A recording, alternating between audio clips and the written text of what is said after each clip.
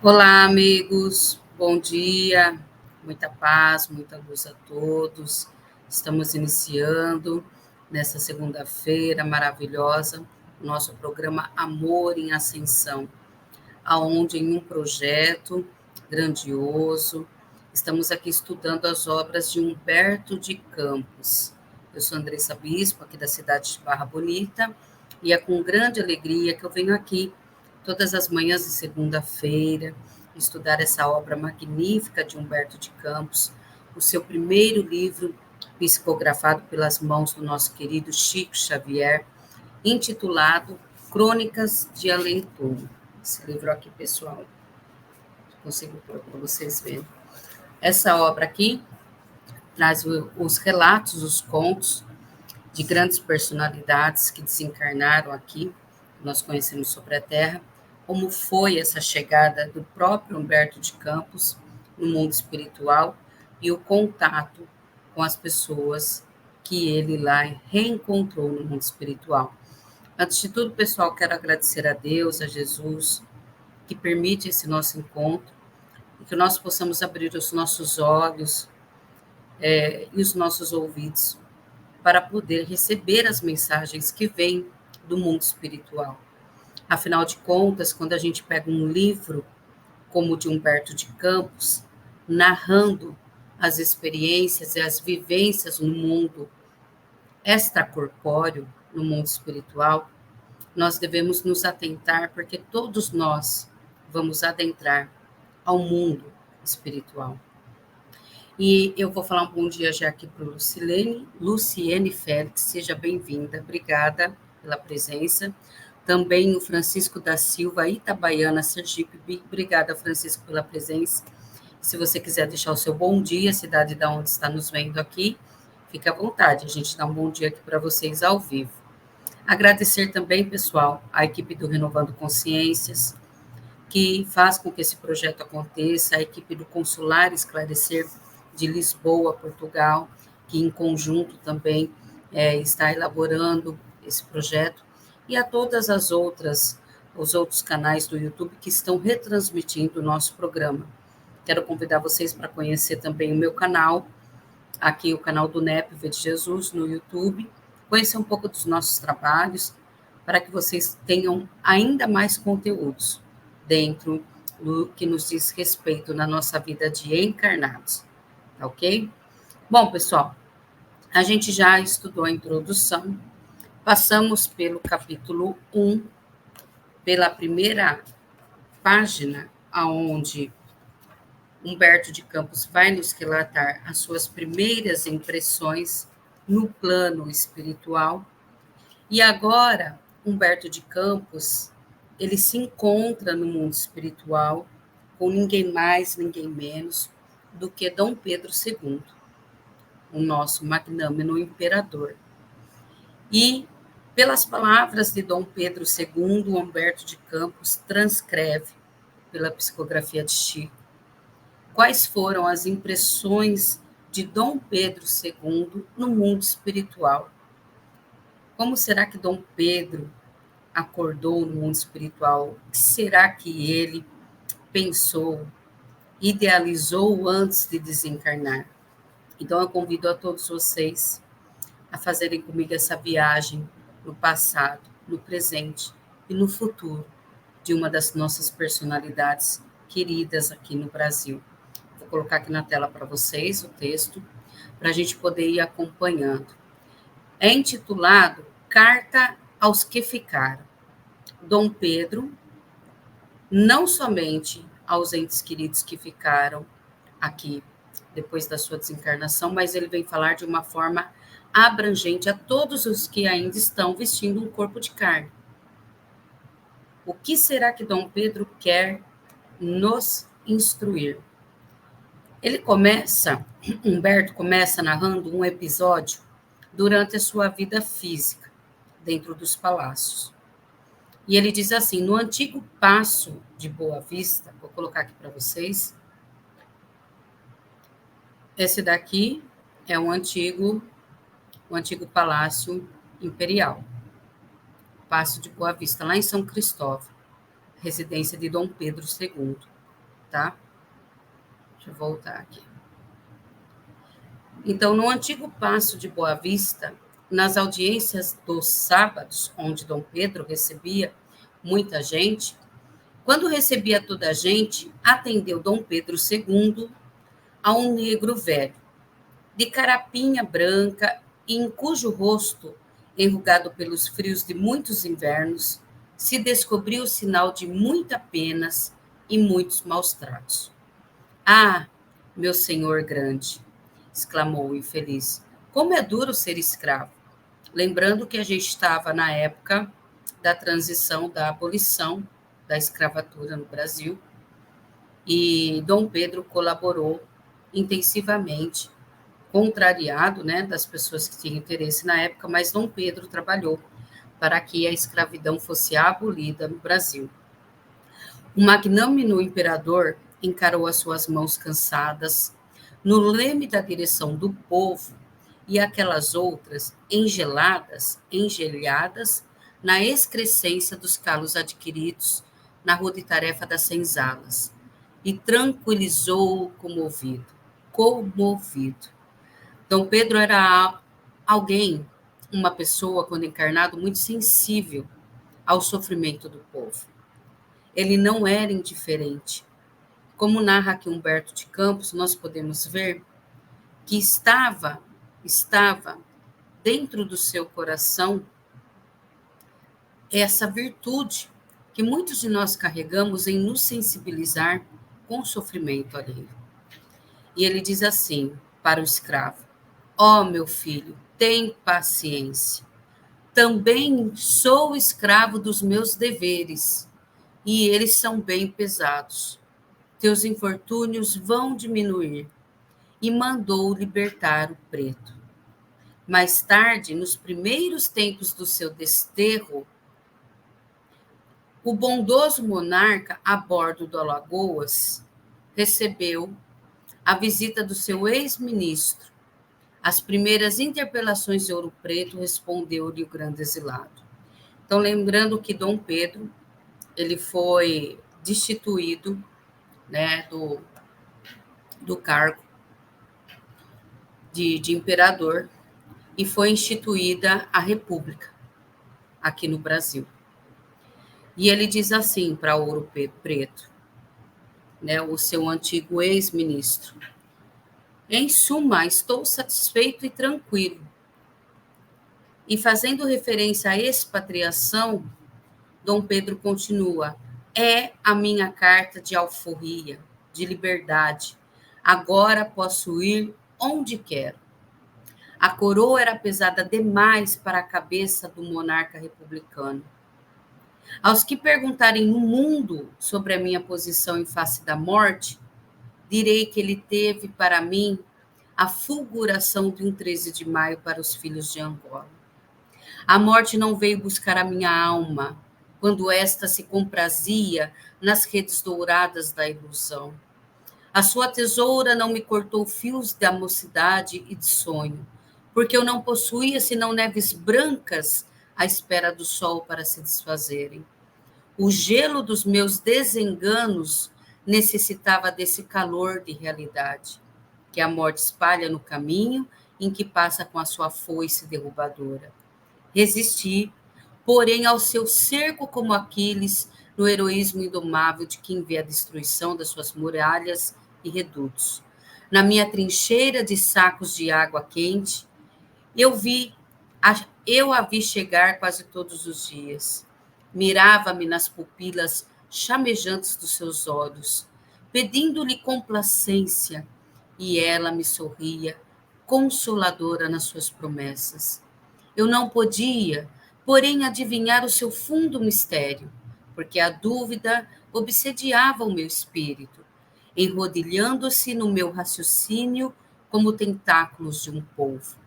E na alegria bárbara, sentia-me encurralado no sofrimento, como um lutador romano aureolado de rosas. Triunfava da morte, como Ájax, recolhe as últimas esperanças no rochedo da minha dor, desafiando o tridente dos deuses. A minha excessiva vigilância trouxe-me a insônia, que arruinou a tranquilidade dos meus últimos dias. Perseguido pela surdez, já os meus olhos se apagavam como as derradeiras luzes de um navio sussurrando em mar encapelado no silêncio da noite. Sombra movendo-se dentro das sombras. Não me acovardei diante do abismo. Sem esmorecimentos, atirei-me ao combate, não para repelir mouros na costa, mas para erguer muito alto o coração, retalhado nas pedras do caminho, como um livro de experiências para os que vinham depois dos meus passos, ou como a réstia luminosa que os faroleiros desabotou na superfície das águas, prevenindo os incautos dos perigos das sirtes traiçoeiras do oceano. Muitos, continua ele, me supuseram corroído de lepra ou de hanseníase, conhecida hoje, e de vermina como se fosse bento de labre, raspando-me com a escudela de Jó. Eu, porém, estava apenas refletindo a claridade das estrelas no meu imenso crepúsculo, quando me encontrava nessa faina de semear a resignação, a primeira e última flor dos que atravessam o deserto das incertezas da vida. A morte abeirou-se do meu leito, devagarinho, como alguém que temesse acordar um menino doente.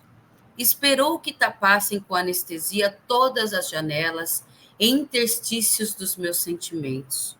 E quando o caos mais absoluto no meu cérebro zaz, cortou as algemas a que me conservava retido por amor aos outros condenados.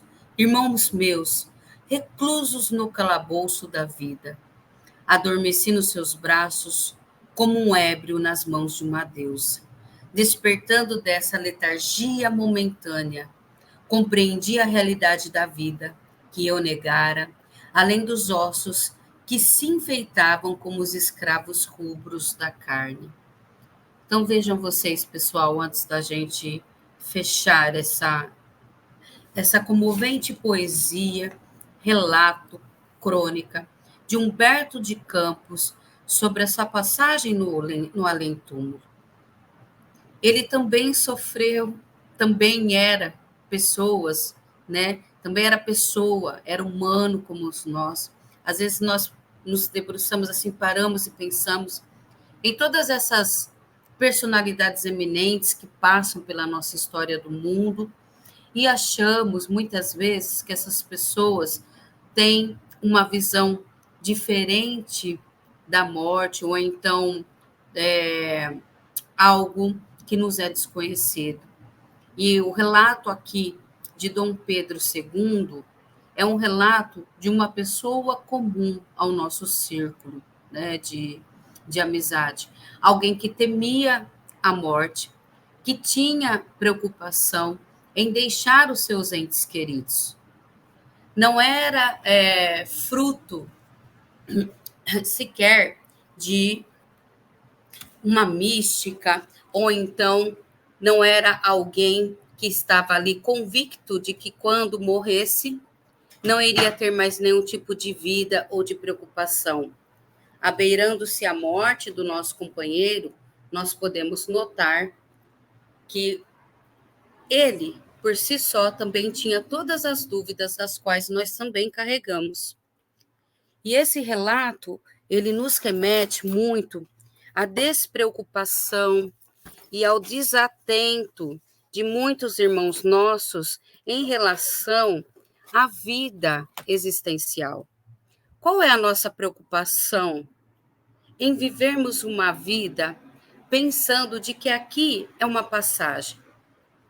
Qual é a nossa reflexão sobre o futuro das nossas almas? Essa crônica, esse relato dessa personalidade, ela mexe com as nossas fibras, com os nossos sentimentos. Porque, vejamos, ninguém está isento das leis que regem o universo, de causa e efeito, das leis que nos trarão as consequências dos nossos atos presentes nos dias de hoje. E ele faz um apelo a Humberto de Campos. Agora nós vamos encontrar um apelo de Dom Pedro a Humberto de Campos, que estava recolhendo essas informações para nos trazer aqui. E ele diz assim: Humberto, Humberto, exclamou uma voz longínqua, recebe os que te enviam da terra. Arregalei, conta Humberto, os olhos com horror e com enfado. Não, não quero saber de panegíricos. E agora não me interessam as sessões necrológicas dos jornais. Engana-te, repetiu. As homenagens da convenção não se equilibram até aqui. A hipocrisia é como certos micróbios de vida muito efêmera. Toma as preces que se elevaram por ti a Deus, dos peitos sufocados, onde penetrastes com as tuas exortações e conselhos. O sofrimento retornou sobre o teu coração um cântaro de mel. Vi descer de um ponto indeterminado do espaço, braçadas de flores inebriantes, como se fossem feitas de neblina resplandecente, e escutei, envolvendo o meu nome pobre, orações tecidas com a suavidade e doçura. Ah, eu não vira o céu e a sua corte de bem-aventurados, mas Deus receberia aquelas deprecações, aquelas rogativas, no seu sólio de estrelas encantados, como a história simbólica do catolicismo se perfuma na onda envolvente dos aromas de um turíbulo. Nossa Senhora deveria ouvi-las no seu trono de jasmim, bordadas de ouro, contornado dos anjos que eternizam a sua glória. Aspirei, busquei com força aqueles perfumes. Pude locomover-me para investigar o reino das sobras, onde pensam sem miolos na cabeça. Amava e ainda sofria, reconhecendo-me no pórtico de uma nova luta. Encontrei alguns amigos, a quem apertei fraternalmente nas mãos, e voltei cá. Voltei para falar com os humildes e infortunados, confundidos na poeira da estrada e de suas existências, como frangalhos de papel, rodopiando ao vento. Voltei para dizer aos que não pude interpretar no meu ceticismo de sofredor: não sois os candidatos ao casarão da Praia Vermelha, hospício nacional.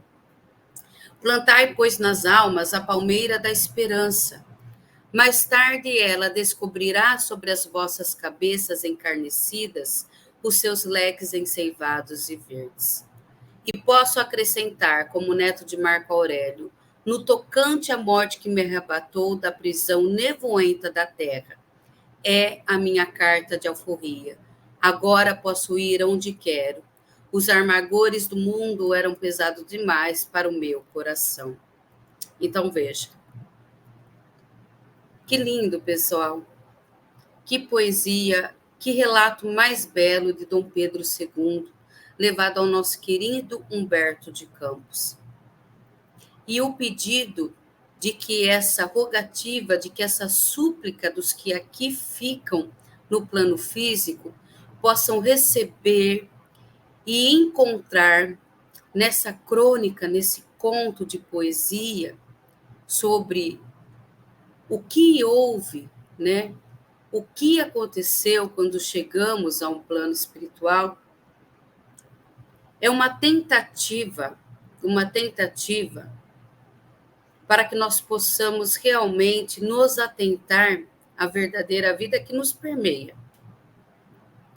Pensar sobre a morte, pensar sobre a vida além do túmulo, está tão intrínseco em nós do que a própria vida como encarnados. Quando nós estudamos sobre fatalidade no Livro dos Espíritos, afinal de contas, o que é a fatalidade na nossa vida? Será que nós estamos fadados a um destino que não pode ser mudado?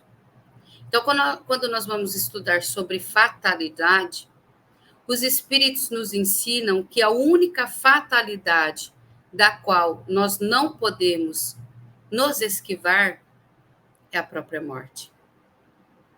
Existe um dia, uma hora, um momento decretado antes mesmo do nosso reencarne, para que nós possamos deixar aqui esse mundo em qual nós nos propusemos viajar, reaprender, nos educar, para adentrar novamente as portas da pátria amada, que é a porta, são as portas do mundo espiritual. Essa é a única fatalidade real. Todas as outras veredas, todos os outros caminhos que nos cercam, são frutos das nossas próprias escolhas, são consequências daquilo que nós decidimos fazer. Os caminhos pelos quais nós nos guiamos nos levarão às nossas futuras casas no mundo espiritual. Então, nós temos aqui um ex-cético. Humberto de Campos se considerava um cético em relação à vida espiritual, e temos Dom Pedro II como um incrédulo. Incrédulo por desconhecer e também por não acreditar numa vida espiritual ainda depois da morte. E quando nós nos deparamos com o relato de Dom Pedro II, nós podemos perceber que, da mesma forma que os espíritos, na orientação sobre qual é o objetivo da reencarnação, nós encontramos lá a seguinte resposta: a reencarnação ela é nos imposta por Deus para expiarmos. Ela pode ser também uma missão para alguns determinados espíritos. E o mundo em que nós nos encontramos hoje é um mundo considerado pela espiritualidade como um exílio. De alguma forma, nós fomos exilados para que aqui a gente pudesse refletir sobre o caminho do bem e o caminho do mal. E notem vocês que Dom Pedro II, ele vem nos falar desse exílio. Ele foi exilado por 2 vezes, na destituição do seu tronado e também após o seu desencarne. Se desfazer, se desenlaçar do corpo físico, como nos conta Dom Pedro II nessa crônica belíssima, é libertar-se das algemas terrenas. É deixar para trás uma vida de dor e de sofrimento. É deixar para trás situações equivocadas, da qual, muitas vezes, o arrependimento vai soar duro, vai soar de forma dolorosa no mundo espiritual. Mas se libertar do corpo físico também é conseguir enxergar as luzes, as flores, é conseguir sentir o perfume dessa nova vida que se desdobra para nós. E a nova chance, um novo recomeço de refazermos os caminhos do qual nós nos adentramos e, de alguma forma, conseguimos nos embaraçar um pouco, não é mesmo? Eu tenho certeza que todo mundo aqui, quando desencarnar e olhar para o seu passado terreno, vai ter a necessidade, vai sentir a necessidade de poder voltar e fazer melhor, ou de terminar algo inacabado. E o aviso aqui da espiritualidade, a instrução é para que nós possamos realmente nos atentar quanto às nossas escolhas e ao modo em que nós estamos vivendo aqui no mundo. Para que quando nós cheguemos no mundo espiritual, nós cheguemos lá com a certeza de que fizemos o melhor quando encarnados. E de que agora o nosso tipo de tarefa se desdobrará de uma outra forma. E vocês podem perceber que também nesse conto, Humberto de Campos vem nos narrar o pedido de ouvir as súplicas, as rogativas dos que ficaram no mundo.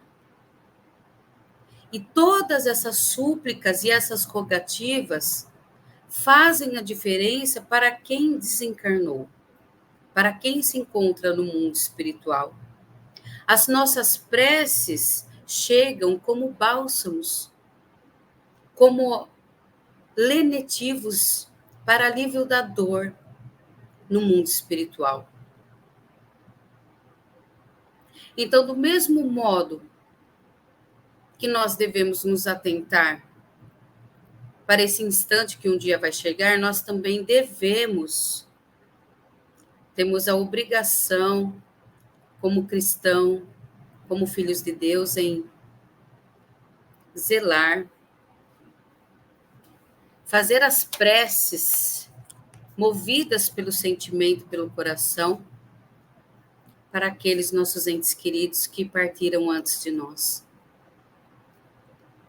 Através das luzes que se irradiam do nosso espírito, cheias de saudade, mas também cheias de amor e de desejo de que esses nossos entes queridos possam estar sendo recebidos pela espiritualidade da melhor maneira possível.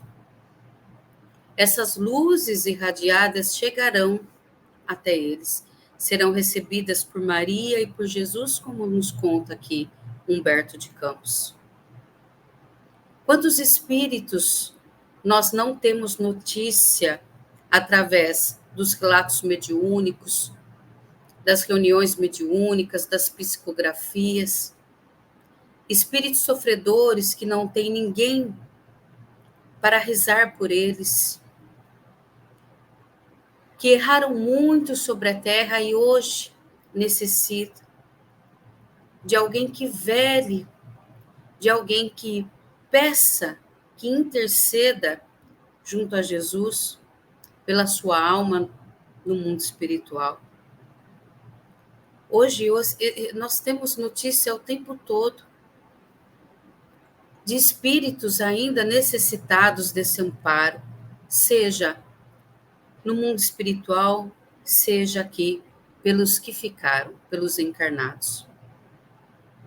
Então, pessoal, acordar para as verdades celestes é muito urgente para nós, encarnados. Quando Jesus se propôs a enviar um consolador para nossas almas, nos enviou o Espiritismo, a proposta que Jesus nos fez foi justamente levantar a alma dos mortos, fazer com que os mortos falassem, para que nós pudéssemos enxergar e perceber o quanto nós estávamos vivendo mal e desencarnando mal. Se você pegar a parábola do rico e de Lázaro no Evangelho, Jesus vai estar falando da situação que nos envolve durante a vida como encarnados e depois da situação que nos envolve depois do desencarne.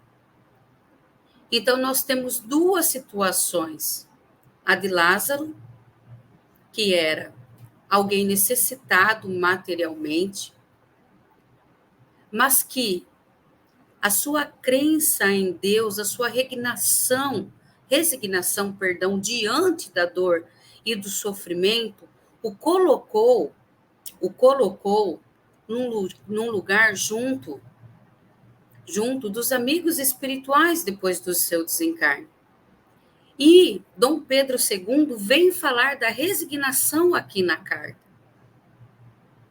Se nós tivermos resignação, aceitação de que nós estamos servindo a um propósito maior e não aos nossos propósitos, não aos nossos desejos, a partir do momento que nós olharmos para Deus, enxergarmos Ele como a força suprema do universo e que nós estamos aqui para cumprir a vontade de Deus, e dentro dessa vontade nós encontramos o desejo de Deus para com as criaturas, que é o desejo da paz, da felicidade, da perfeição espiritual. Essa é a vontade de Deus em relação às criaturas.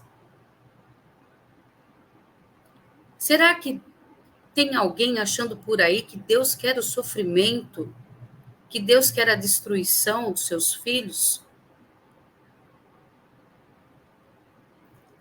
O que nós temos de relato antigo, Novo Testamento e na revelação da doutrina espírita é outra coisa. Então, nós pegamos a figura de Lázaro como alguém que entendeu que está aqui para cumprir esses propósitos, para se melhorar, se aperfeiçoar, para depois, como espírito já purificado, encontrando a verdadeira paz, a verdadeira razão existencial e de felicidade, trabalhará junto a Deus. Mas nós precisamos passar pelas várias fileiras, né?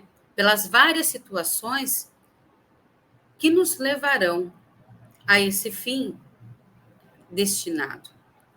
Agora, na figura do rico da parábola, o problema ali não era somente a riqueza que trazia para aquele rico as ilusões do mundo material.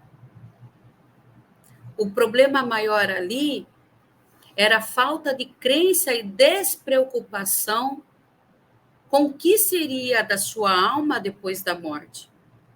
Notem vocês que, como o rico não tinha a preocupação de angariar, né, não tinha a preocupação da escassez, de angariar o pão de cada dia de forma árdua, como muitos de nós, então também ele não sentia a preocupação de se debruçar no que dizia respeito da vida que o espírito teria depois da morte.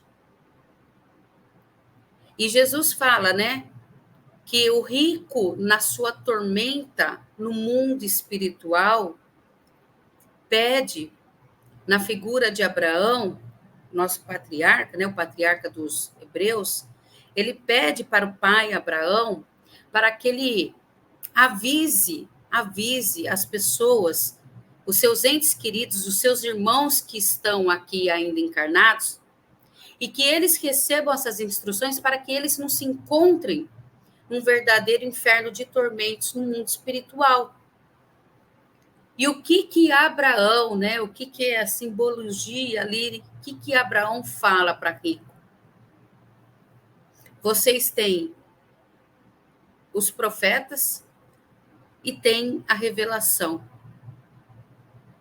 Então, se eles não acreditam nos mensageiros de Deus, nem na própria revelação, o que mais que pode ser feito? De que outra forma podemos ser tocados por uma verdade incontestável? É necessário que, então, a nossa própria incredulidade caia por terra quando a gente adentra as portas da verdade. Então, essa parábola, ela é muito viva hoje, porque nós temos muito do rico em nós e muito do Lázaro também em nós. Alguns momentos da nossa existência terrena, nós nos comportamos como rico, despreocupados da vida espiritual, porque na vida material está tudo bem, está tudo certo. E quando nós passamos por dificuldades materiais, emocionais, psicológicas, enfermidades do corpo, então nós detectamos em nós um pouco de Lázaro. É onde nós buscamos a resignação ou buscamos entender qual é o papel desse sofrimento em nós e buscamos um pouco do que seria a nossa passagem além do túmulo. Agora, qual desses dois estados de sentimento vai predominar nas nossas vidas, na nossa existência? Aí é que tá. Aí é que tá. Então, nós precisamos realmente definir qual das situações vai imperar na nossa vida como espírito. Deixa eu falar bom dia aqui para Antonieta. Bom dia, Antonieta, seja bem-vinda. Obrigada, Riachuelo Sergipe. Francisco colocou aqui um comentário, vamos ler. É interessante que as obras do irmão X conversam entre si, e nesse capítulo em especial, as Crônicas de Além Túmulo, com o capítulo que está na obra Brasil, Coração do Mundo, Pátria do Evangelho. É verdade, né? Elas fazem correlação. Veja que depois nós vamos encontrar, né, Francisco, inclusive a gente iniciou ontem, domingo, com o nosso irmão Emerson Cavalcante, o estudo do livro Brasil, Coração do Mundo, Pátria do Evangelho. E nós vamos ter lá, né, de forma mais abrangente, mais intensa, todos esses diálogos com essas personalidades, né, que permeiam aqui a nossa pátria, nossa pátria espiritual e a nossa pátria chamada Brasil. Esse diálogo aqui, resumindo para vocês, pessoal, nos traz isso. Uma personalidade como Dom Pedro II, recebendo a morte como alguém que recebe a libertação da própria vida, como se as portas do cárcere fossem abertas. Essa foi a sensação que Dom Pedro sentiu quando se viu no mundo espiritual, rogando para que os que aqui ficam pudessem receber essa instrução e essa mensagem como consolo e como a mensagem de alguém que também errou, que vai colher os frutos desses erros, mas também de alguém que também acreditou, que se desdobrou sob as suas vistas a esperança e todo mundo novo dentro do mundo espiritual. E Humberto de Campos, de forma majestosa, né, magistral, ele vem nos trazer aqui esses relatos com a intenção de cumprir uma das vontades de Jesus, que é justamente acordar os que ainda dormem. Que nós possamos realmente acordar do nosso sono, como Lázaro, que foi revivido por Jesus depois de 3 dias, na sua aparente morte. Que a vida se faça mais intensa, mais feliz, ao sabermos que tudo continua. O espírito continua, a vida continua, e as pessoas com qual nós também nos afeiçoamos também vão continuar nessa estrada, nessa jornada chamada espírito imortal. Que Jesus possa nos abençoar, nos envolver. Eu espero que vocês tenham gostado, assim como eu gostei. Falar de Humberto de Campos é falar de poesia, é estudar o amor, com essas palavras, né? Que hoje em dia ninguém mais traduz. Nós não temos hoje uma linguagem poética como nos tempos de Humberto de Campos. Então, reviver essa linguagem é nos aproximar do belo e do bom, como nos fala Paulo de Tarso na instrução do Livro dos Espíritos. Quando nós entendermos, então, o amor de Deus, nós também conseguiremos enxergar tudo aquilo que é bom e que é belo na sua criação. Muito obrigada, pessoal. Uma semana iluminada a todos vocês. Amanhã, às 7h30 a gente tem estudo. Eu encontro vocês amanhã. E que Deus nos ampare, hoje e sempre.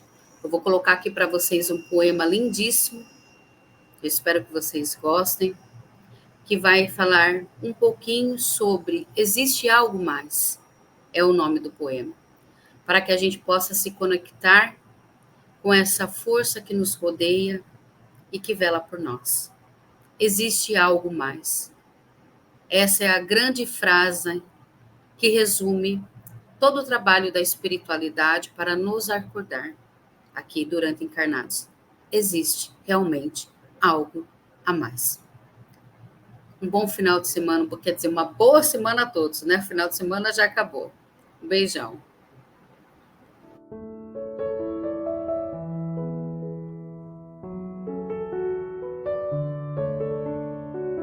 Existe algo mais, eu posso sentir, que eu não posso ver, mas que olha para mim. Não posso escutar, mas sabe me ouvir. Não sei de onde é, mas está sempre aqui. É um canto de amor que vibra onde estou, perfumando as lutas para eu não sofrer. É uma inspiração que brota qual flor, que eu não plantei, mas posso colher. É um sopro de paz que me alenta a alma, uma luz que se esvai para não me ofuscar, que leve me envolve e logo me acalma, logo me adormece para eu não mais chorar. Existe algo mais que me ama demais, se importa demais, me aceita qual sou. Talvez seja um anjo, um encanto ou um pai, ou Deus derramando suas gotas de amor.